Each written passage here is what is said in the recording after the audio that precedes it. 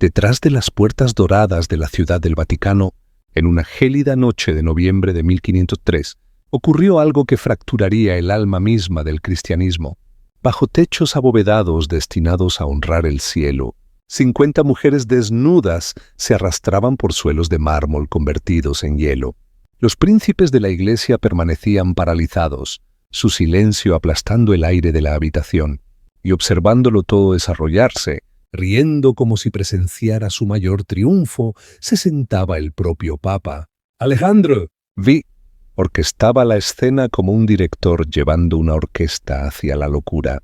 Pero el espectáculo que se desplegaba ante estos testigos horrorizados era meramente la obertura.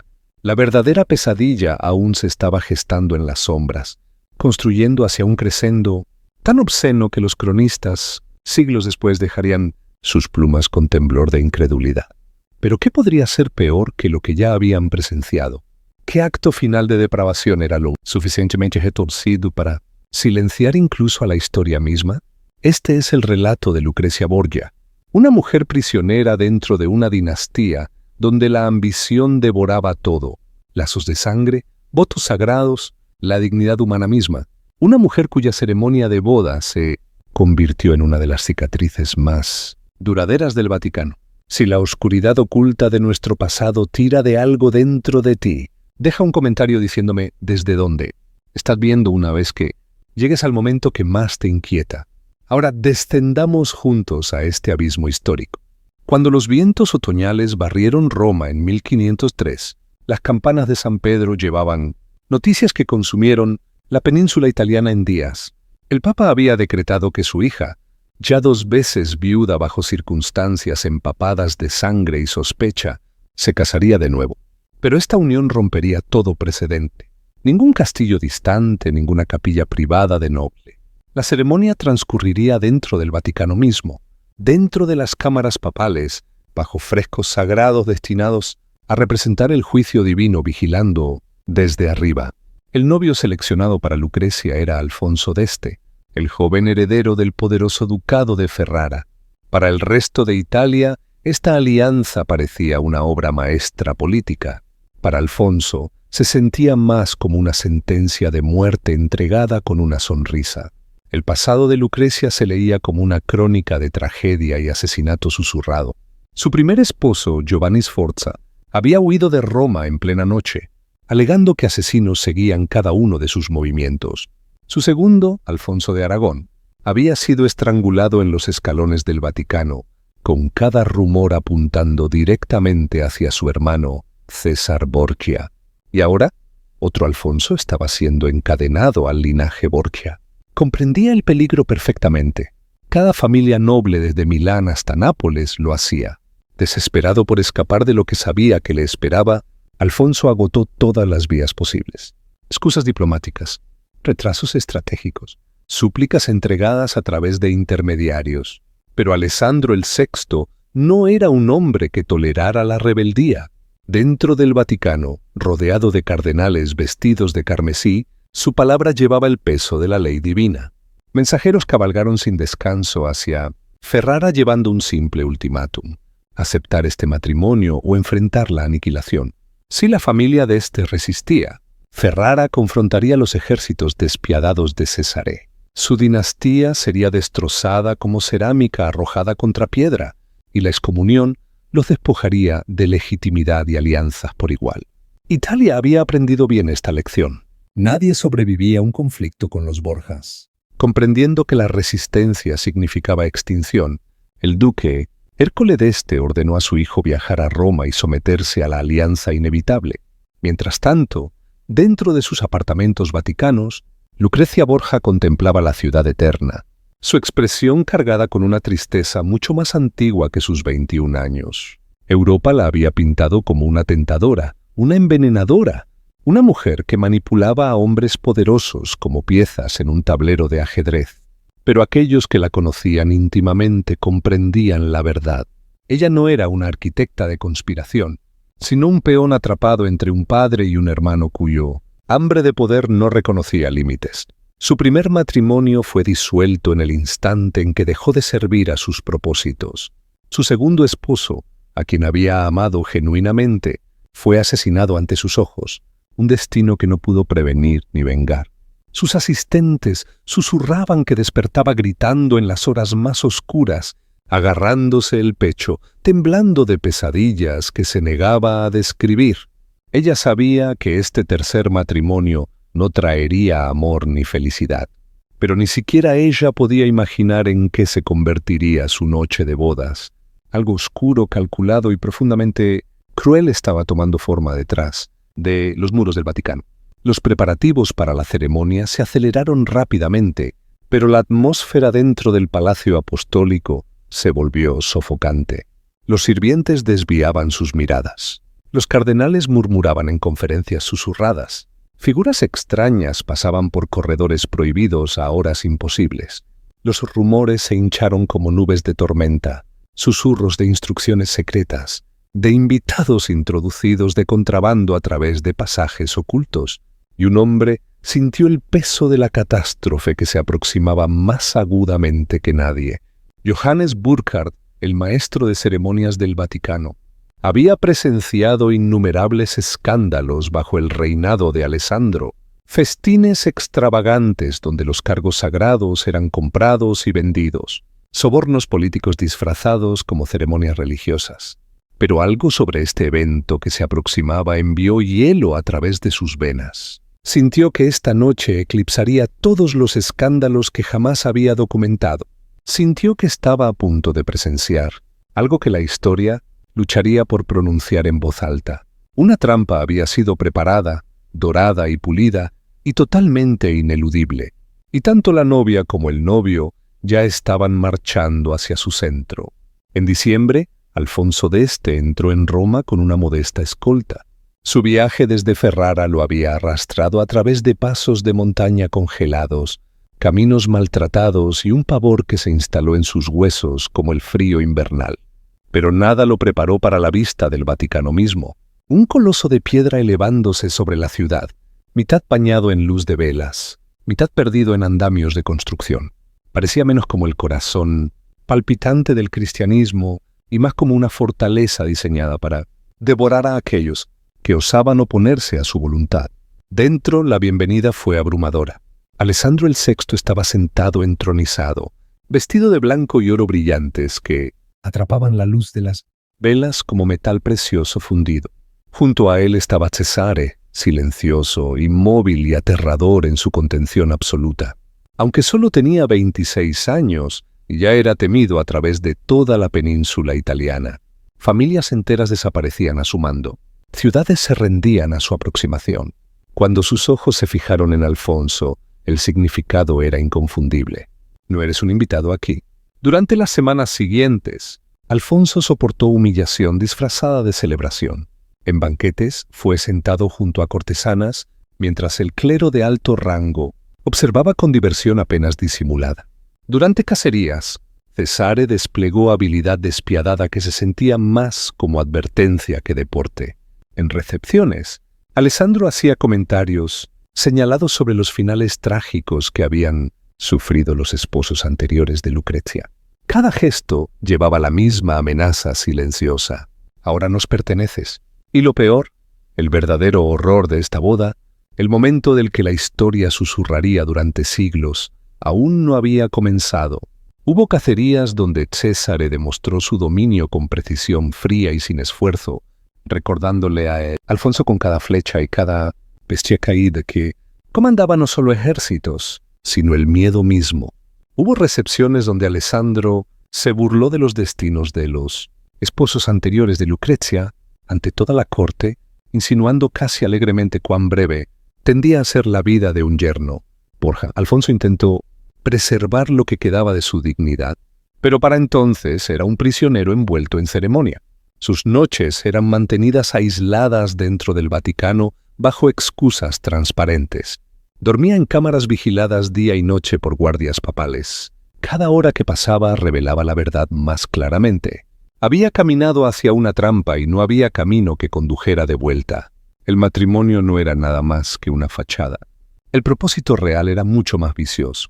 Los Borgias pretendían romper el orgullo de la familia d'Este, humillarlos ante toda Italia y demostrar a cada casa noble, desde Florencia hasta Nápoles, que su voluntad podía aplastar cualquier linaje, sin importar cuán antiguo o poderoso. Y mientras Alfonso soportaba este sitio psicológico silencioso, preparativos de una naturaleza muy diferente se estaban desarrollando en lo profundo del Vaticano. Cesare tomó el mando personal del festín de la noche de bodas, y su visión empujó mucho más allá de lo que incluso los círculos más decadentes de Roma se atreverían a susurrar en voz alta. Detrás de puertas cerradas, se reunió con su padre para finalizar los detalles que habrían horrorizado a cualquier alma que aún mantuviera la iglesia en reverencia. 50 de las cortesanas más llamativas de Roma fueron cuidadosamente seleccionadas y llevadas a cámaras secretas bajo el palacio. Estas no eran prostitutas ordinarias, sino mujeres educadas y refinadas que frecuentaban los salones de los nobles. Muchas temblaron cuando se enteraron de lo que el Papa esperaba de ellas, pero ninguna se atrevió a desafiar al jefe de la cristiandad. Se les ordenó vestirse con lujosas prendas de terciopelo y seda, que luego se verían obligadas a quitarse. Fueron escoltadas a través de pasajes ocultos iluminados por luz de linternas para que en la noche de la boda pudieran ser canalizadas hacia los apartamentos papales sin advertencia. Los sirvientes que presenciaron estos preparativos se persignaron repetidamente, susurrando oraciones que se aferraban a sus labios como escarcha. Sabían que algo impío había comenzado a elevarse dentro de los muros del Vaticano. Incluso Lucrecia lo sintió. Aunque fue deliberadamente excluida de la mayoría de los preparativos, sintió la tensión oscura espesándose en el aire. Sus doncellas reportaron rostros desconocidos deslizándose por los corredores, cortesanas apareciendo en habitaciones donde no pertenecían, y su hermano Cesare moviéndose con una sonrisa que helaba su sangre. La noche anterior a la boda, incapaz de soportar la atmósfera sofocante, Lucrecia huyó a la Capilla Sixtina. Bajo el vasto y atronador cielo de Miguel Ángel, bajo la mano pintada de Dios alcanzando hacia Adán, se desplomó de rodillas. Oró no por amor o felicidad, sino por rescate. Una intervención, una señal, cualquier cosa en absoluto. Pero la capilla permaneció en silencio. Lo divino se sintió imposiblemente distante. Las velas parpadeaban en el aire, invernal que se colaba por antiguas grietas como si lucharan por mantenerse vivas. Afuera, el Vaticano se preparaba para una celebración que difuminaría la línea entre ritual sagrado y corrupción indecible. En su cámara, Johannes Burckhardt, el maestro de ceremonias, revisó el protocolo final. Su mano tembló mientras sumergía su pluma. Comprendía demasiado bien que lo que estaba a punto de registrar sería enterrado para siempre o permanecería como el documento más condenatorio en la historia de la Iglesia. La noche del 30 de octubre de 1503 se aproximaba, y con ella un espectáculo que arrastraría incluso a los muros del Vaticano más cerca del infierno. El 30 de octubre amaneció con la grandeza digna de una boda papal. Las campanas de San Pedro resonaron sobre las 7 colinas de Roma. Multitudes se aglomeraron en las calles que rodeaban el Vaticano, ansiosas por vislumbrar a la infame novia. Dentro del Palacio Apostólico, Lucrecia fue preparada por una docena de asistentes. Llevaba un vestido de seda brillante bordado con oro, resplandeciendo como fuego líquido bajo las velas. Su cabello, largo, brillante y cuidadosamente trenzado con perlas, caía sobre sus hombros en trenzas intrincadas. Su rostro estaba pálido, empolvado para ocultar el agotamiento y el miedo bajo sus ojos. Cuando se miró en el espejo, no vio a una novia, vio un sacrificio. La ceremonia se llevó a cabo en la capilla papal, una cámara ahogándose en paredes doradas y pinturas sagradas. Alessandro el VI ofició personalmente, su voz retumbante llenando el espacio sagrado mientras unía a Alfonso y Lucrecia ante Dios. Filas de cardenales vestidos de escarlata permanecieron rígidamente a lo largo de la capilla, sus expresiones cuidadosamente talladas en máscaras de devoción. Pero detrás de su piedad practicada parpadeaba algo más. Pavor. Cada uno de ellos conocía la reputación de los Borgia. Cada uno de ellos sentía que lo que presenciaban hoy era solo el preludio. Después de la ceremonia, los invitados fueron escoltados A los apartamentos, Borja, pasillos resplandecientes, con frescos pintados por Pinturicchio, historias de santos, héroes y mitos extendiéndose a través de paredes ahora manchadas por el libertinaje que se aproximaba. Enormes mesas rebosaban de jabalí asado, fesanes aún adornados con sus plumas, pilas de fruta exótica y copas de vino de los mejores viñedos de Italia. Cardenales, nobles romanos, emisarios de Ferrara y cortesanos cuidadosamente seleccionados llenaron la habitación. Alfonso y Lucrezia se sentaron en la mesa principal, atrapados en una celebración que ya se sentía irreal, como una mascarada enmascarando algo más oscuro debajo. Al principio, el banquete se desarrolló como cualquier festín noble. Música suave de laúdes y violas flotaba por el aire. Se ofrecieron brindis, se intercambiaron cumplidos vacíos y se realizó diplomacia cortés. Pero a medida que la noche se profundizaba, la atmósfera cambió. Alessandro, ya enrojecido por la bebida pesada, se volvió más ruidoso, más jubiloso. Cesare, silencioso hasta entonces, lentamente se levantó y entregó un comando sutil con una inclinación de su cabeza. Las enormes puertas se cerraron de golpe. Los guardias tomaron sus posiciones. Nadie dejaría esta habitación. Lo que sucedió a continuación desgarró la última frontera, restante entre decadencia y depravación. A la señal de Cesare, las puertas laterales se abrieron y 50 cortesanas entraron al salón, envueltas en terciopelo y joyas, pero incapaces de ocultar el terror en sus ojos. Un silencio cayó sobre la habitación, espeso como humo. Entonces Alessandro se levantó de su trono, sonriendo como si develara una obra maestra, y anunció que el verdadero entretenimiento estaba a punto de comenzar. A la orden de Alessandro, las cortesanas comenzaron a despojarse de cada capa de seda y terciopelo, dejando que sus deslumbrantes prendas cayeran al suelo de mármol, hasta que se quedaron completamente desnudas ante la asamblea. Una catedral construida para la oración ahora contemplaba una escena que se sentía arrancada de un sueño blasfemo. Los cardenales voltearon sus cabezas, sus dedos temblorosos trazando cruces frenéticas sobre sus pechos.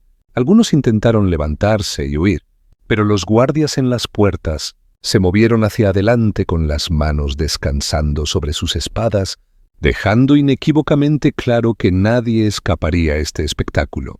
Alfonso solo podía mirar, su rostro congelado en una máscara de incredulidad y repulsión. Lucrezia se sentó a su lado petrificada, sus lágrimas fluyendo silenciosamente, empapando la seda de su vestido de novia, sus manos apretadas tan fuertemente en su regazo que sus nudillos se blanquearon. Entonces vino la siguiente orden del Papa. Se ordenó a las cortesanas desnudas que bailaran entre las largas mesas del banquete. Los sirvientes encendieron candelabros imponentes y las llamas proyectaron sombras dentadas a través de las paredes pintadas al fresco. Las mujeres se movieron a través de la luz parpadeante como figuras espectrales, sus siluetas retorciéndose a través de las pinturas sagradas, santos y ángeles observando en silencio, mientras el Vaticano degeneraba en un ritual pagano. Pero Alessandro apenas estaba comenzando. En un acto diseñado únicamente para degradar, ordenó que se trajeran cestas de castañas y se esparcieran por el pulido suelo de mármol. Las nueces rodaron entre los pies de los invitados horrorizados, el sonido resonando como trueno tenue. Entonces el Papa anunció la siguiente fase de su depravación. Las cortesanas debían arrastrarse a 4 patas entre las piernas de cardenales y nobles para recoger las castañas como animales conducidos a un concurso grotesco. La mujer que reuniera más sería recompensada con capas de seda, joyas de oro y tesoros de la bóveda papal. La humillación que siguió fue tan extrema que Johannes Burckhardt, endurecido por años de presenciar los momentos más oscuros del Vaticano, escribió más tarde que luchó por describirlo en palabras. 50 mujeres desnudas se arrastraron por el sagrado suelo del Vaticano, entre las túnicas de príncipes de la Iglesia, mientras Alessandro y Cesare observaban desde una plataforma elevada, riendo, señalando y haciendo apuestas, como si esto fuera una actuación barata en un burdel, no el corazón palpitante de la cristiandad. Algunos cardenales jóvenes, Borrachos y abrumados por la locura de la noche, rieron y vitorearon. Otros inclinaron sus cabezas, aplastados por la guerra entre su fe y su terror al Papa. Alfonso se sentó inmóvil, incapaz de comprender que esta pesadilla era parte de su festín de bodas en el Vaticano mismo, bajo los ojos del hombre que afirmaba hablar por Dios. Y Lucrecia, pobre Lucrecia, su vestido de novia se había convertido en un sudario. Sus lágrimas se habían secado en una expresión congelada de vacío. Siempre había sabido que su padre y hermano eran capaces de cosas monstruosas, pero nunca imaginó que convertirían su boda en un ritual de condenación. Sin embargo, incluso ahora la noche no había alcanzado su punto más oscuro. Cuando la medianoche se aproximó y los relojes del Vaticano tocaron las 12, Alessandro finalmente declaró el final del banquete de castañas. Las cortesanas desnudas, exhaustas, se acurrucaron en esquinas con sus premios humillantes. El vino empapó las mesas. Los invitados se sentaron congelados, medio borrachos, medio aturdidos, completamente rotos. Alessandro, sin embargo, estaba lúcido, enfocado, decidido, y su siguiente comando silenció el salón tan completamente que uno podía oír las velas crepitar. Con una voz goteando autoridad, anunció que el deber sagrado del matrimonio ahora tenía que ser cumplido, pero lo que ordenó a continuación aplastó lo que quedaba de dignidad en la habitación. Proclamó que Alfonso d'Este debía aprobar el matrimonio con Lucrecia, no una vez, sino 3 veces, y no en privado. Cada testigo presente debía permanecer en su lugar para verificar que la unión fuera sellada irrevocablemente ante la Iglesia y el mundo. El salón descendió a un silencio horrorizado. Incluso Césare, cuyo nombre era sinónimo de brutalidad, miró bruscamente a su padre, tomado por sorpresa por la pura audacia del decreto. Alfonso se levantó lentamente, su rostro drenado de todo color.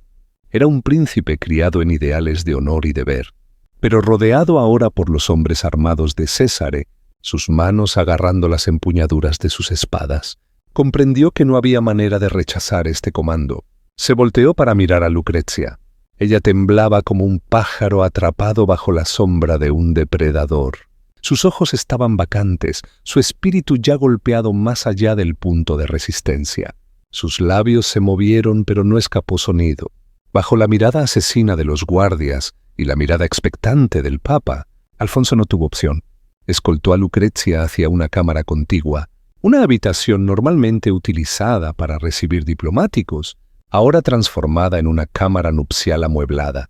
Las puertas permanecieron completamente abiertas, sin privacidad, sin humanidad. Aquellos que no habían huido fueron forzados a permanecer en la habitación exterior, con vista completa de lo que estaba a punto de ocurrir.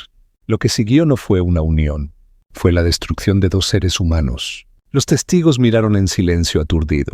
Algunos susurraron oraciones desesperadas, otros lloraron en silencio. Incluso las cortesanas, víctimas de su propia degradación, desviaron la mirada con pesar, y mientras la noche se arrastraba y la orden horrible del Papa se desplegaba paso a paso, una sola verdad no dicha llenó el Vaticano. Algo sagrado había muerto en ese palacio, y Roma nunca sería la misma. Para cuando la noche se arrastró hacia sus horas finales, Lucrecia había caído en un estado más allá del agotamiento, más allá del miedo. Su mente, desesperada por sobrevivir, se había separado de la pesadilla que se desarrollaba a su alrededor.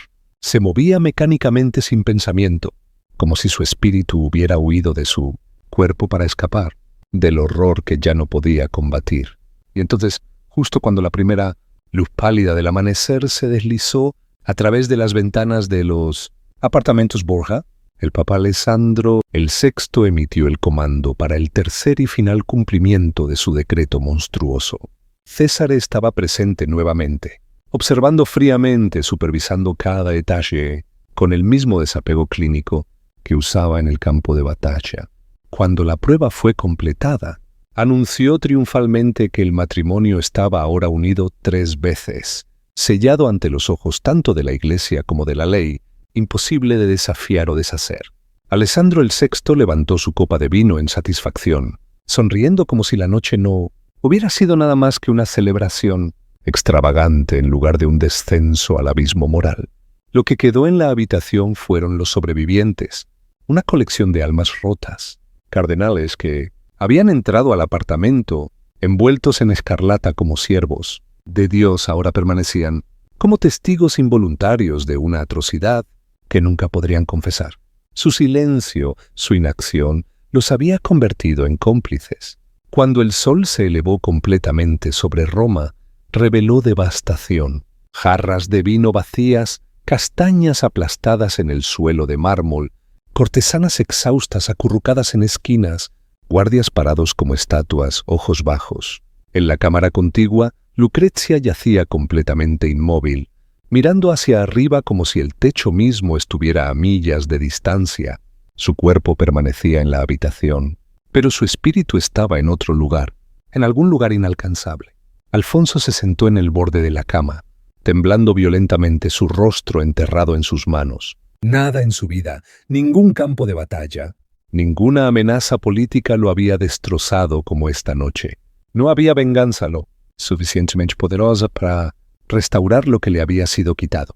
En días dejó Roma en silencio, roto más allá de reparación, regresando a Ferrara con un silencio que llevaría por el resto de su vida. Ni una sola vez volvió a hablar de esa noche. La historia no pudo ser contenida. La palabra del banquete se propagó como una plaga. Susurros en las calles romanas se convirtieron en murmullos a través de Italia. Luego estallaron en informes enviados a cortes a través de Europa. Embajadores escribieron cartas codificadas. Sacerdotes hablaron en advertencias veladas. Nobles leyeron los despachos con incredulidad aturdida. El enviado veneciano escribió famosamente que lo que sucedió en el Vaticano superó incluso las imaginaciones más oscuras de la antigua Roma. Declaró que el Papa había deshonrado no solo a su hija, sino a toda la Iglesia. Los Borgias habían sido temidos antes, pero ahora eran vistos como la personificación misma de la corrupción. En mercados y tabernas, la gente bajaba sus voces al pronunciar su nombre, como si la familia misma pudiera oír sus susurros. A través de Europa, predicadores aprovecharon el relato como prueba de la podredumbre moral de Roma. Entre ellos estaba un monje que pronto hundiría la Iglesia en agitación, Martín Lutero. Años después, citaría el festín Borgia como símbolo de todo lo envenenado dentro del Vaticano. Mientras tanto, Johannes Burckhardt, el único hombre que había presenciado todo de principio a fin, lo registró todo en su diario. Sus manos habían temblado mientras escribía, consciente de que su relato podría desaparecer bajo el secreto del Vaticano o algún día permanecer como el testimonio más condenatorio jamás escrito sobre la Iglesia. Lucrecia Borgia nunca escapó de la sombra de esa noche. Se mudó a Ferrara con Alfonso e intentó desesperadamente crear una vida normal como duquesa. Financió caridades, protegió artistas, nutrió la literatura y la belleza, pero aquellos que la vieron en privado describieron lo mismo. Una tristeza persistente, una melancolía silenciosa, ojos que habían visto demasiado. Tuvo hijos con Alfonso, pero su matrimonio, irrevocablemente envenenado por esa noche, era un cascarón vacío. Vivieron lado a lado, pero separados por una herida que ningún humano podía sanar. Lucrecia murió joven a los 39 años, dando a luz a su octavo hijo. En su lecho de muerte pidió un sacerdote y oró hasta su último aliento. Sus últimas palabras registradas fueron que estaba lista para ser libre al fin. Libertad, algo que le había sido negado toda su vida. Alessandro el VI murió solo meses después del banquete, rumores susurrando el veneno, la herramienta que había usado tan a menudo, finalmente, había encontrado su camino de regreso a él. Cesare Borgia, despojado de poder después de la muerte de su padre, cayó en una emboscada solitaria en España. Su cuerpo fue mutilado y arrojado en una tumba sin marcar, lejos de la grandeza que creía que estaba destinado a alcanzar. Pero la noche del 30 de octubre de 1503 no murió con ellos. Se convirtió en un símbolo, un icono de corrupción tan severa que alimentó las llamas de la Reforma protestante. Martín Lutero y otros invocaron a los Borgias repetidamente como prueba de la decadencia del Vaticano. La contrarreforma que siguió fue en parte un intento de borrar la mancha de esta familia de la historia. Sin embargo, la verdad sobrevivió. Siglos después, el diario de Burckhardt resurgió, arrastrando el evento de vuelta a la luz. Incluso hoy, más de 500 años después de esa noche, el banquete de las castañas y la triple vergüenza permanecen como recordatorios infames de lo que sucede cuando el poder absoluto pierde toda restricción.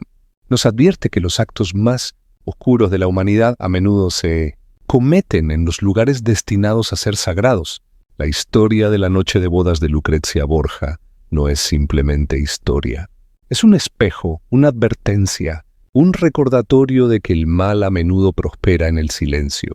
Si has llegado al final de este relato, dime en los comentarios qué crees que impulsó a Alessandro a orquestar algo tan impensable. ¿Fue pura corrupción o algo aún más oscuro? Y recuerda, el pasado no está muerto. Observa, advierte